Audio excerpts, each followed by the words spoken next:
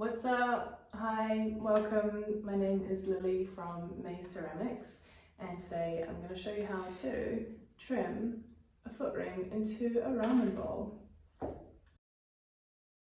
So if you didn't catch episode 1 of this, where I threw this bowl, then you can go and check it out here, wherever the little thing comes up. But today I'm going to take you through how to make a bowl look like this on the bottom, to make like this. So I don't know, let's get started. Right, so we're trimming this guy today. We're going to flip it over. We're pretty much just going to remove a lot of this off the bottom. We're going to make it have a nice lovely foot ring and take off loads of this excess clay. So we're going to start by just wetting the wheel slightly. And attaching it to the bowl to the wheel. And we're going to make sure it is nice and centered, and you can use these concentric rings that are on your wheel head to help you. And you can tell it's not centered if when I'm holding my hand it's coming around and sort of hitting my thumb only at one point. It's kind of hard to explain what I mean there. So we need to recenter it. I'm going to look at the rings and try again. And that's pretty consistent. Maybe slightly this way. That's pretty good. Now I tap the base to get it attached and take my wooden knife tool and just run it around the edge of the piece. I usually just do it here, but I wanted to show you. And that just creates a seal between the pot and the wheel head, and that stops it from moving around. Every now and again you'll have something which will sort of fly off the wheel when you're using this method, but I don't know, for me it's much better than using the little lugs of clay. So I'm going to start off by flattening this base. I'm going to use just this loop tool here.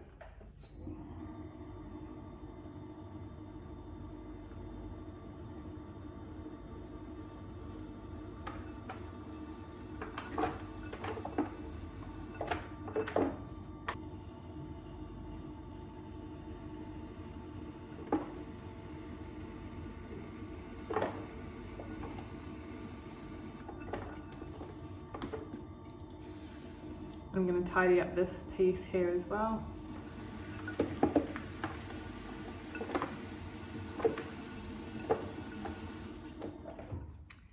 And that is just going to help to make the next kind of jobs a little bit easier.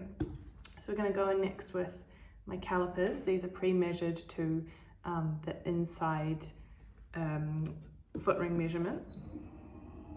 So you find the middle and then you mark with the other side of it, and it will create a little line, and that's where I'm going to trim to. So I'm going to use my double-ended loop tool now, and I'm going to use the squared side.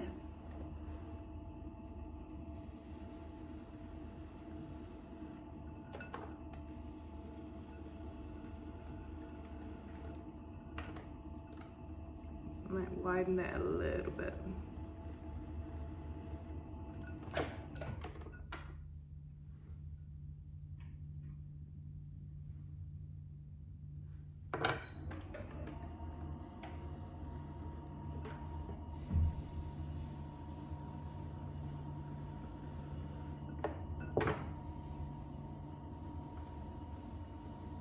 So I'm starting off by getting rid of all of this excess clay in the middle here. And I like to go from the middle out to this line that we established earlier.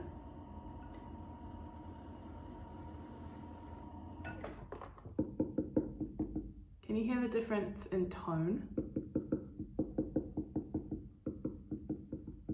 So this is a lot thicker, this clay, so it makes a different noise. I still have a lot more that I can take off here though. This is kind of an intuitive thing. You get to know how much clay you need to take off.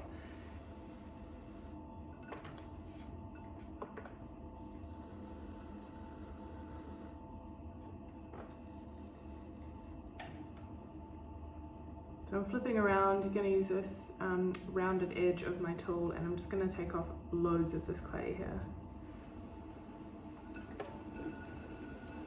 So start in the middle rather than the outside, because if this is wobbly at all, then it kind of translates into the foot ring as you move in.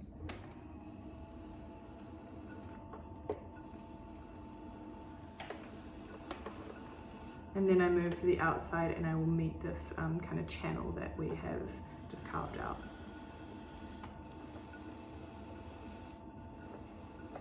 As I've mentioned in previous videos, I am left-handed, so I can do detail work with my left hand. I can do kind of other stuff with my right hand with this tool, but with detailed stuff I need to switch hands. But I learnt going anti-clockwise, which is a right-handed way of throwing, so that might be why it looks a little bit funky to you.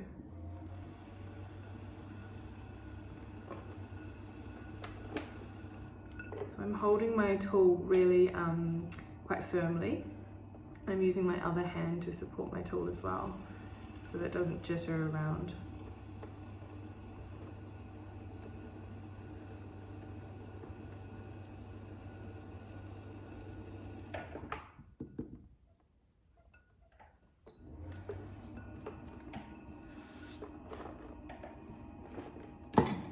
I'm going to use my bigger loop tool again, and I'm going to take off this kind of shoulder.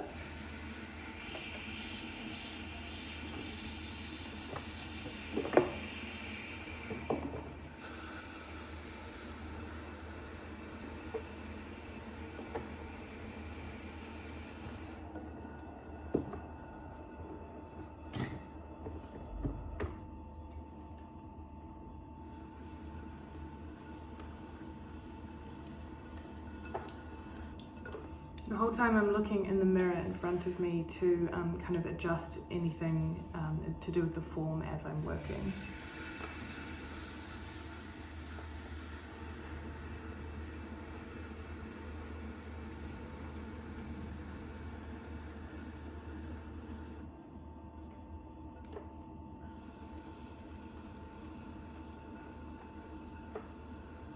So if you remember from my throwing video, when I threw this, I had loads of excess clay down the bottom here.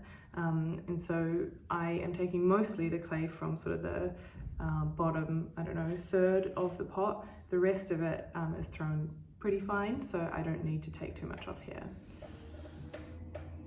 I'm gonna go back in with my square loop tool and kind of clean this up.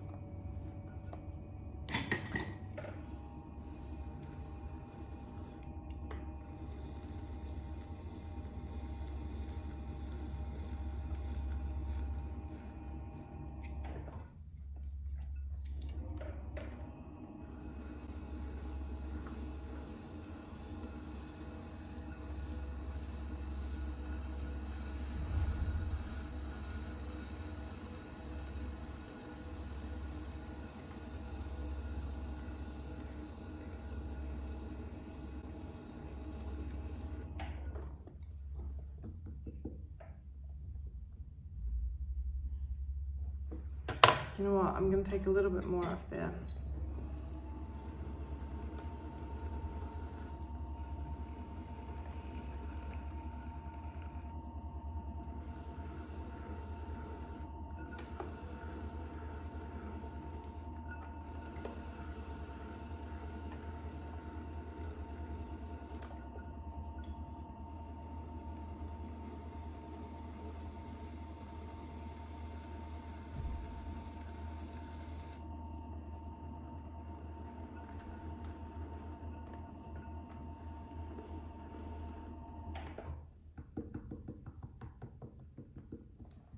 Okay, pretty happy with that. So now I will just get rid of any last little bits of trimming that's hanging around, and I'll go in with a sponge and clean it all up.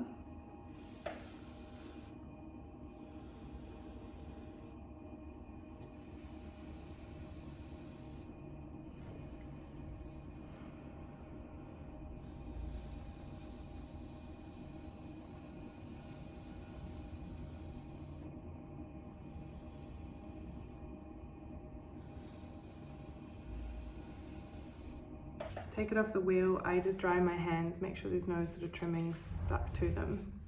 And with wide palms, I spin the wheel and just kind of hold my hands in place until it pops off the wheel.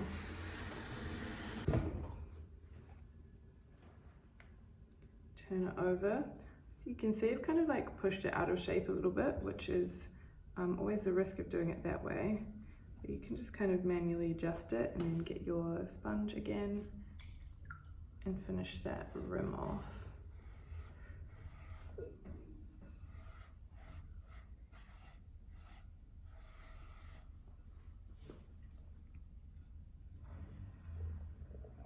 That's it. Now I've just got to stamp the base.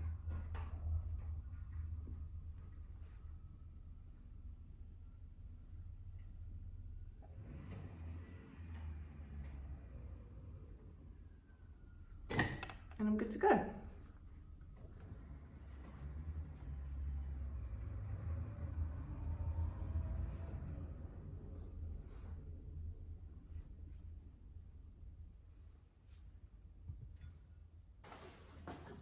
Thank you for joining me. I hope that you have learned something about how to trim a foot ring, about ramen bowls, or maybe you just enjoyed chilling and kind of watching this and letting it wash over you, you know, I'm not sure.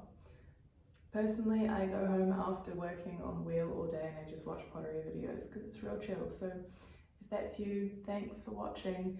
Hope you've enjoyed it. If you've learned something as well, even better, I'm very glad. Feel free to like and subscribe if you're into that. Also, feel free not to. Who am I to tell you what to do? You know what I mean? I'm just someone on YouTube making stuff. So, you know, you don't have to listen to me. I don't make the rules. You do. Enjoy your day, enjoy your ramen bowls. Let me know in the comments if you would like to see anything specific from my videos, or if you have any questions or comments about these bowls or how to do them. I'd love to see. You can check me out on Instagram as well, where I'm quite a lot more active. I am Mae Ceramics, M-A-E Ceramics. I'm on Facebook as well, but honestly I don't really use Facebook that much. I'm very much an Instagram gal. So anyway, I'll see you next time for another chill pottery thing where I teach you how to do something.